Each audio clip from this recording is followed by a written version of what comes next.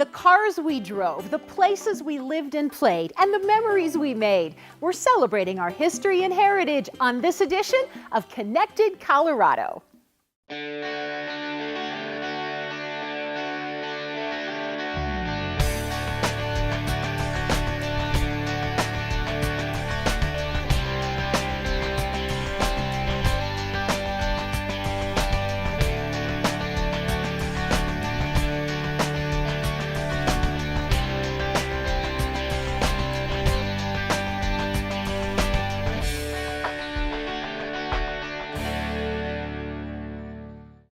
Hi, I'm Wendy Brockman. We're here at the Cussler Museum, a hidden treasure in our state. We'll learn more about it a little later in the show, but first, we start at the beginning with some of the original people of Colorado, as showcased through the newly renovated Ute Indian Museum in Montrose. My journey began here in 1996 as the caretaker of the Ute Indian Museum. The excitement and at a pivotal point that we're at right now is that the voice of the Ute Museum is being shared by the Ute people themselves. 60 years ago, when the museum did open up, there was no consultation with the three Ute tribes. So we've journeyed a long way to today now in the new expanded museum for them to share their stories. One of the emphasis of the whole museum in itself is the collections, the belongings, the exhibits that we'll be sharing. And the heart of the exhibit is going to be the stories that are told. And stories that have been passed down from their grandfathers, grandmothers, songs. So I think that's the part that I see that just enlightens me, because the stories are told by the people themselves who have lived here. The people had a relationship with the land, and that they honor life, and they honor the many gifts that the Creator shared with the people. And although we as people have to go there and visit just like everybody else, so we value the same experience that they would. We also would like to see our visitors become inquisitive about who we are and where we're at, and ask questions, and maybe even come visit each of our reservations.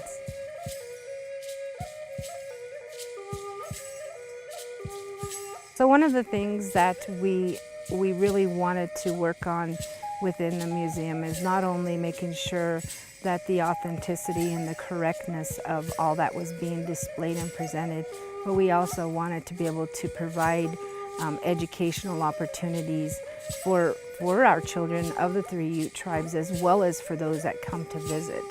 And so one of the inspirations that we had been discussing and would like to see more of is more of the contemporary art that's being done in the current time from artists that are still in this life, rather than the museum portraying all that once was. So one of those things is to be able to portray life in the now and how it's continuing on.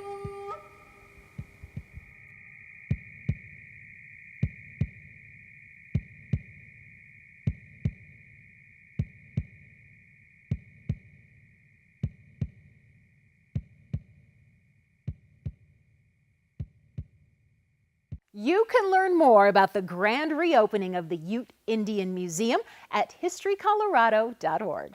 And now, as promised, a magnificent collection of fine automobiles. I'm in Arvada with Keith Loudon, curator of the Cussler Museum. Thanks for having us. Well, you're welcome, and thank you for coming. Oh, we love it here. Clive Cussler, in case people don't recognize the name, is the author of more than 60 novels and obviously a huge collector. How did the museum come about? Well, actually, Mr. Cussler, when he first started out in the 70s writing, he always had in the back of his mind that classic cars were something that he always had an interest in and a love for. And as a kid, his dad used to take him out to dinner once a month during the Depression. He remembers going out and sitting on the curb and seeing this big, huge automobile go by. So once he started writing and became successful as an author, he started collecting cars. Yes, he certainly has. How many automobiles in the collection? Right now we have about 115 cars in the collection. Okay. And about 60 cars on display in the museum. So this is only about half of what he owns. Yes, All yes, right. that's true. So as if the books and all of this wasn't enough. He has actually worked to find shipwreck sites. Yes, when he was in California, he kind of had an interest in diving. He started a nonprofit organization which was called NUMA, National Underwater Marine Agency, and he has found in the neighborhood of 50 or 60 shipwrecks, I think, over the years. He's a fascinating guy, and his life kind of parallels the action hero in his books. He actually does, and he even shows up in his books sometimes as a plain character. So, And Dirk is the action hero. Dirk Pitt is his character who actually owns these cars, drives these cars in the books, in the stories, and is actually being chased in them and stuff. His son is named Dirk, obviously his inspiration. He's Dirk. You guys are open from May through September. We're ready to go, and we're set up and ready to have people come and view the collection, and it's like going to a automotive art museum. Yeah. And people can rent out the space like for a party, and then you guys will do car shows? Yes, we have events here. We rent the place out for events. We do car shows, concourses around the country. So we're constantly busy, you know, with a lot of other things besides just the museum itself. Which one's the oldest? The oldest car in the collection is a 1906 Stanley Steamer, a steam car. So which car here is your favorite? You know, my favorite really is all of them. It's hard to choose just one. I've been around these cars for a long time, and I know them individually as if they were my kids. Your babies. Yes, they're all very unique automobiles and very interesting cars, and it's a great opportunity to be here and, you know, be involved with such a collection as this. Cool job. I love this place, Keith. Thank you so much for having us. Great, thank you for coming. Come back and see us again. We will. All right. The city of Aurora recently celebrated its 125th birthday. In honor of that, we'll take a look at the historic Aurora Fox Theater in 1 minute, 25 seconds.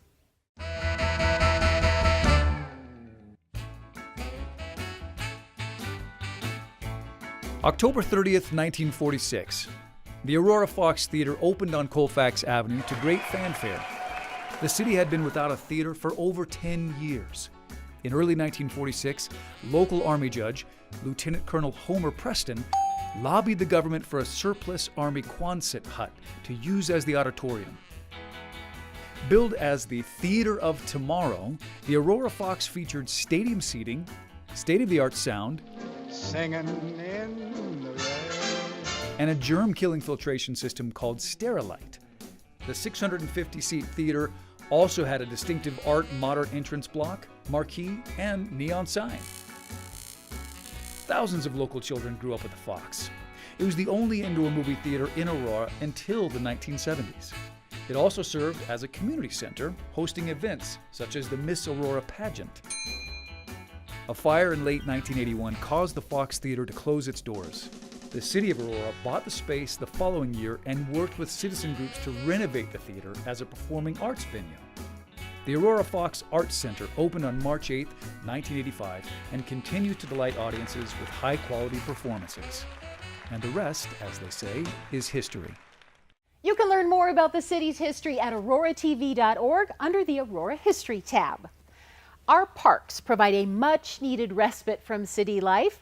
Next up, the surprising history of City Park in Fort Collins.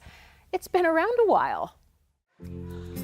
Yeah, I really like the park. It's great for the kids. We love the pool. When I was 6 and 7, we played over here all the time. I really love the trees, I think, the most. They're just old and beautiful and large. It gives people a chance to bring their kids to a place where they grew up. I guess one thing I'd like to know is maybe how old the park is. You know, I don't know much about the history of it, to be honest. I saw a sign that says 1977, but that may be the bench. I don't know how long the park's been here. It's the city park, so it's probably been... It's probably one of the older parks. Yeah, that's a good question. When Franklin Avery platted Fort Collins in 1873, he set aside land for 2 parks to serve the new community. One of these early parks was Lincoln Park, now known as Library Park. By the 1880s, the town's citizens were promenading down this central lane of Fort Collins' first city park. But by the turn of the century, another area was attracting attention. In 1874, John Sheldon, a local farmer, had dug a large reservoir to water his livestock. The excavated soil formed this large hill on the east side of the reservoir. This secluded area far to the west of town started to draw those looking for solitude, and people soon took to swimming in the waters of the shallow lake. In 1904, local investors purchased the western portion of Sheldon's farm and built Prospect Park. The horse was still king in this early automobile era, and cheering crowds filled the grandstand to watch horse and buggy races and to picnic on the open grass. Located on the site of the current ball fields, the fairgrounds hosted 4th of July events, rodeos, and even the occasional circus.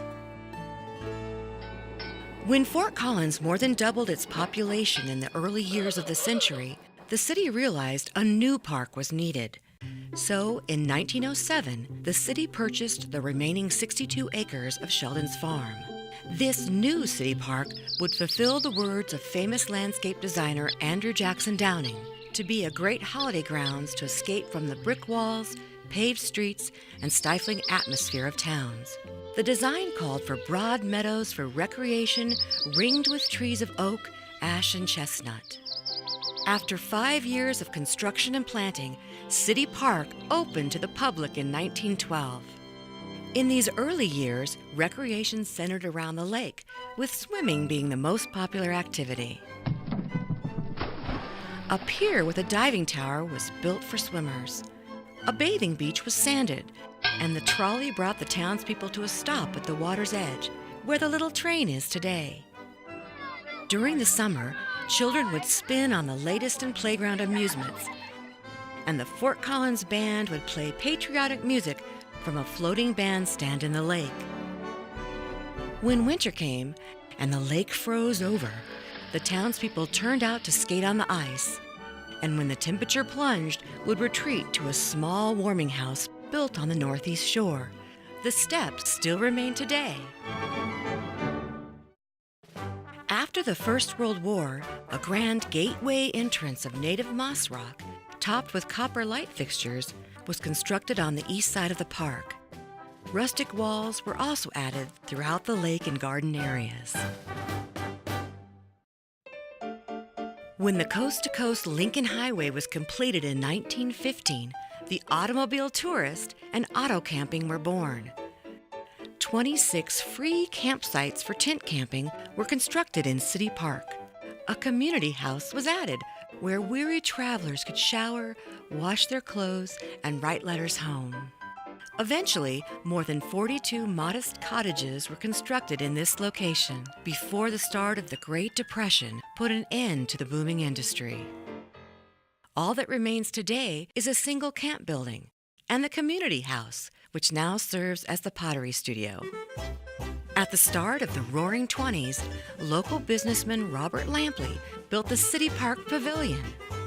The bottom floor contained a bathhouse where you could rent a swimsuit and a concession stand with cold drinks and popcorn. A large gathering hall filled the second floor where couples would whirl to the latest dance craze of the day. In 1932, a 5,000-pound World War I cannon was placed in the park to honor those who had served in the Great War. Today, it guards the children's playground. These years also brought about the end of Prospect Park. The grandstand was gone, and by the early 30s, the construction of playing fields for team sports had begun to encroach on the racetrack. In 1939, the racetrack and remaining land of Prospect Park were developed into the first public golf course in Fort Collins, City Park 9. Changes to the park continued during World War II, when the pavilion became Lakeside Rollerland, and later, in the 50s and 60s, Club Tico, a meeting place for area teenagers. The 2003 remodel of Club Tico's interior and dance floor has returned the building to the historic charm of its original use. By the 1950s, fishing had replaced swimming in the murky lake, and in 1952, swimmers were enjoying the sparkling waters of the original City Park outdoor pool. In 2003, a new generation enjoyed the complete remodel with its lazy river and twisting slides.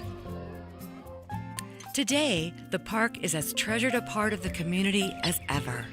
As City Park moves forward into its second century, it's time to consider once again how the park can evolve to meet the needs of our community while preserving the character that's made it so special.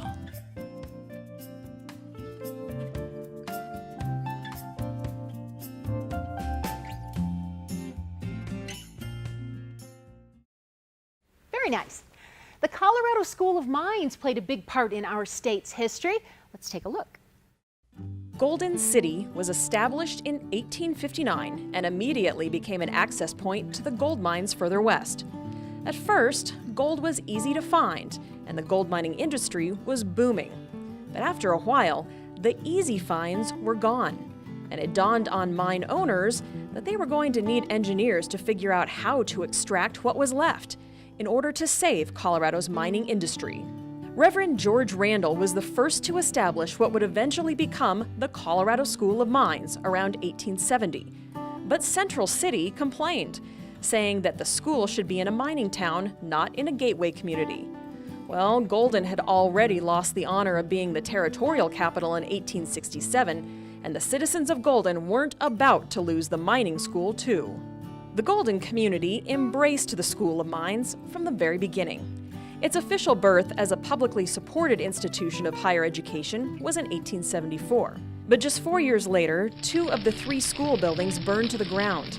Mines began holding classes in the former Territorial Capitol building. The citizens of Golden thought of the mining school as their own, and they didn't give up on it. So they donated a very desirable plot of land for the school to rebuild. That was the first building on the present campus. Fast forward to 1903. Then CSM President Victor C. Alderson made a bold statement that a true education in engineering should be a blend of high technical skill and a constant personal enrichment, resulting in a career of both substance and service. That philosophy continues to this day at the School of Mines. Mines is very excited to be able to help support entrepreneurs in Golden. Research, development, and invention. Check out this new style of wheelchair designed to change and improve the lives of its users. So you've got, very motivated, very intelligent students that have already applied and made it into the Colorado School of Mines that now want to actually have these ideas go out into the public, and it's exciting. They're young and they're energetic, and they bring a lot of passion to that. The new Golden Company Traction is specifically working to help pair mine students with local businesses. So we have mentors, local business owners giving of their time to these Colorado School of Mines students. We have Colorado School of Mines giving into the research and development and the degree that these students are going for. And then we have Traction coming in and sharing with the business development. No doubt businesses see the advantage of this town and gown partnership. After all, more than 60 Golden businesses employ Mines students and graduates for internships and full-time positions. But overall, it's the community of Golden who benefits from the Mines' philanthropy philosophy. From our schools to our community gardens to trash pickup, no job is too big or too small. We have, a lot of students that serve with us from Golden High School, from School of Mines. In fact, the School of Mines brings their whole swim team out every year to serve with us. Over 70 students come from their campus out to help us. They always shock us when they roll up in droves to sign up. They come with all their Mines t-shirts on, and then they get their I'm a Tool t-shirts and get so excited. The Golden Backpack Program also benefits from Mines volunteers. We usually come on Wednesdays to help pack the packages to send out to the kids in need. 400 bags of food to fill, 37 Alpha Phi sorority sisters to do it, and a record to beat. The record, because of Mines, is 10 minutes. Packing, putting in bins, and staging. We can beat it. Go!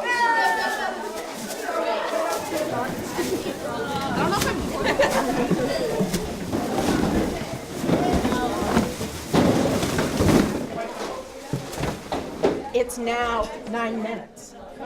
Did we just beat that? 9.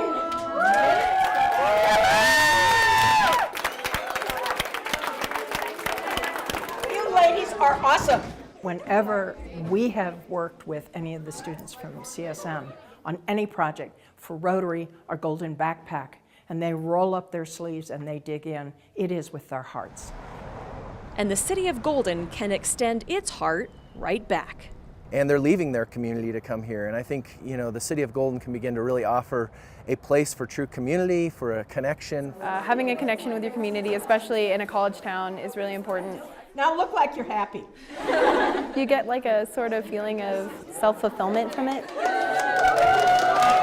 The examples of city and school collaborations are endless, as are the possibilities. It's a deep expression of caring and love. And I think we're quite blessed.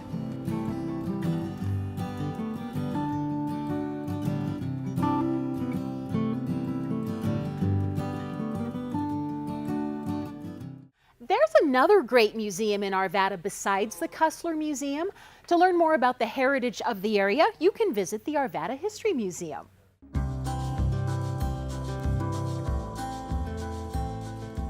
The History Museum is an important part of the humanities component of the Arvada Center for the Arts and Humanities, and it was established in conjunction with the opening of the Arvada Center in 1976. History is a huge part of humanities, and since we're in Arvada, it makes sense to focus on Arvada history.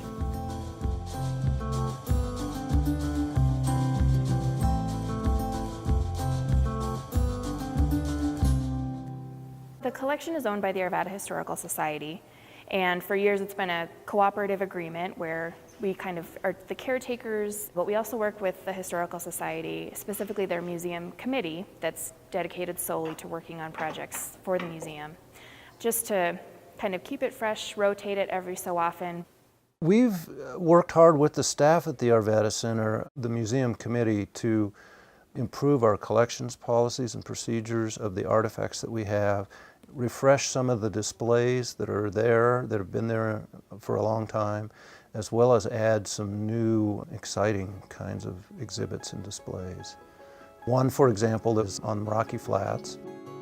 The Rocky Flats exhibit was done in coordination with people from the Rocky Flats Cold War Museum, and they worked really hard for years to salvage artifacts and photos and stories and oral histories from the plant site. It's a small exhibit, but it gives people a broad understanding of what happened and how important it was to Arvada's history. The idea is to kind of create some more exhibits about the post-war period in Arvada. The post-war period is really important because Arvada really quadrupled in size and became the 7th biggest city in Colorado. And that whole period after the Second World War was really important in defining the character and look of the community and helped to put us on the map. In 2017, one thing we do have planned for certain is a kind of crowdsourced Voices of World War I in Arvada. It's the centenary of World War I, so the Arvada Center itself is putting on a 2-year-long program commemorating that with lectures, exhibits, and anyone can submit their artifacts for that and be considered to be included in the exhibition, which will be here in the museum, and they can find more information on that on our website. If you haven't been to the museum in a while, there are certainly some different artifacts. We do like to switch things out every so often. One new aspect of it deals with the .04 trolley that served Arvada, that was part of the whole Denver tramway streetcar system. So those are new additions to that part of the exhibit. There's the depot signs and the railway signs from the old actual station, which is really cool, and some fare coins and some blueprints and stuff as well, which are all very interesting. We serve over 5,000 children a year in the museum specifically, and of course we're very popular with the local schools because of the cabin that sits in the middle of the museum. It is the Haynes family house that they lived in and settled in that was dismantled from its original location over where the Blonde Reservoir is now and brought over here and reassembled to represent how a pioneer family would have lived. So it's a great resource. It's also really interesting and captivating. So obviously everyone loves to come and see that. Most recently we switched out a whole bunch of school artifacts, which with one of my personal favorites is the model barn set that the Swadley father made for his children. complete with real glass windows and functioning equipment. So it's really interesting to see. For folks that haven't been down there for a while, I think they should come down and check it out. I think they'd be happy and surprised. Museum admission is free, and the museum is open whenever the building is open. So 7 days a week, Mondays through Fridays, 9 a.m. to 6 p.m., Saturdays 10 a.m. to 6 p.m., and Sundays 1 p.m. to 5 p.m. With the exception of if there's a field trip group in here, we do close it, but that's usually weekdays between 9 and 1. And finally, we have the more recent history of the beautiful crabapple trees in Littleton.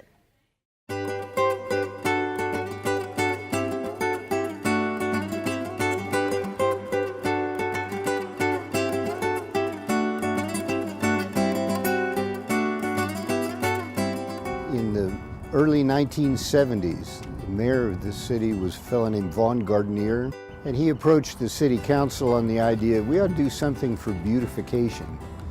And one of the things would be we could plant crabapple trees. And the idea was the city could plant trees in public rights-of-way, you know, street rights-of-way and that sort of thing, and then encourage people to plant trees in their yard. And so from that, for several years, the city planted trees every year. Many people planted them in their yards, and so some of the big trees that you see around town are 45, almost 50 years old.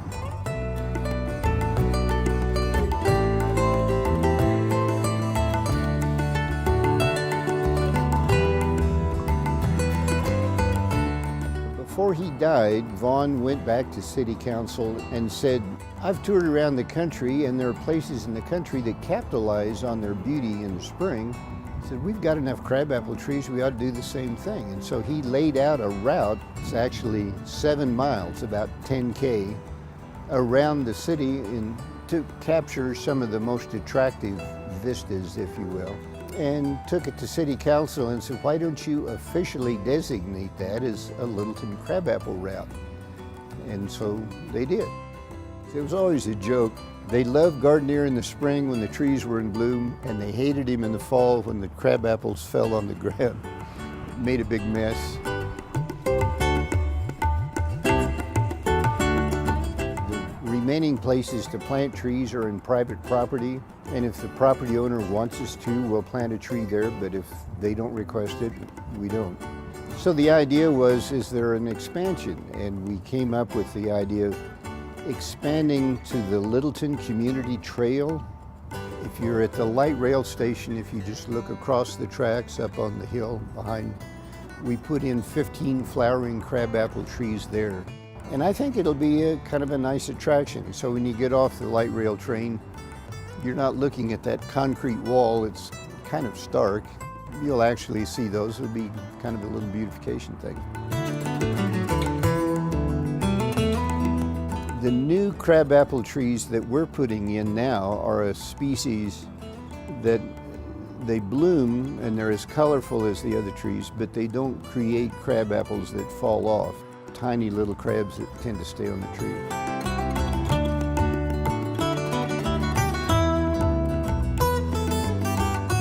Board members looked around and said, there are a lot of crabapple trees in Littleton. I wonder how many there are. And then from that we said, we ought to go out and count them, physically count them.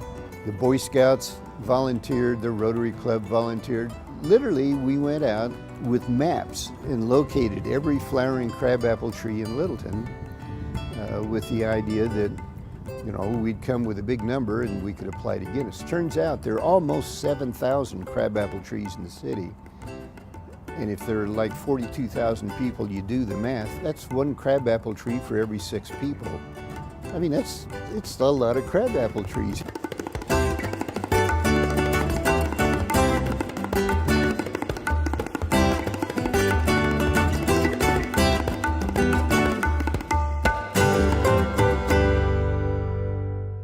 Very nice.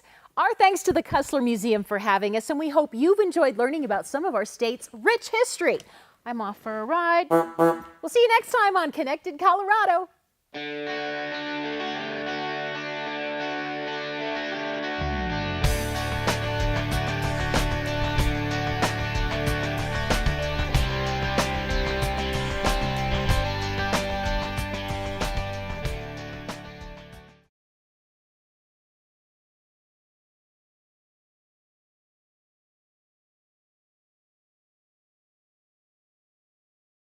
From a magnificent collection of antique automobiles to the Ute Indian Museum to the Colorado School of Mines and much more, we're celebrating our history and heritage on the next edition of Connected Colorado. Join me Thursdays at 8.